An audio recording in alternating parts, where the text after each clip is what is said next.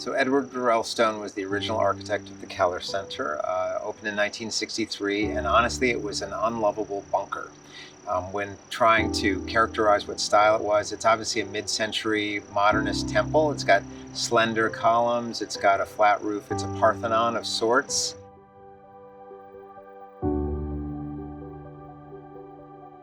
Over the last 50 years, it had several lives.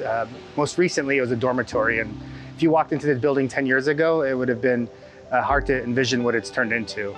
Even when I joined, I didn't see it. Luckily, we had donors who saw what this building could become and architects who could really reimagine the space. During the design process, we had really started with a high sustainability mission, and we were introduced to Theaster Gates, who actually is a faculty member here at the Harris School, and shared with him our desire to use recycled materials and repurposed materials to lower the environmental footprint of the building. And he offered up, he said, well, I've got a sawmill I'd like to start up on the south side, Years ago, Chicago had an issue with the emerald ash beetle, and it destroyed all these trees in the park districts. And so the city gave Theaster these trees, and he didn't know what to do with it. And he had this idea to reuse the wood that he got from the city. And so he created a mill on the south side here to mill the wood. And when you walk in the building, you'll see the form is made of this wood that Theaster and his team built.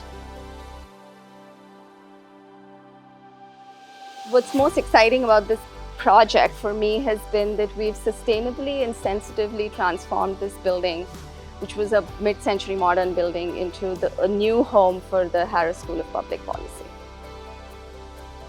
Our goal was to make the Keller Center the greenest building on the University of Chicago campus, the greenest public policy school in the country, and we did that. And evidence of that is it achieved LEED Platinum, which is more commonplace these days, but it also achieved something called the Living Building Challenge. So it's the largest project in higher ed to achieve that in the country. So those are some proud bragging rights for the Harris School, and should help with recruitment. I understand it is.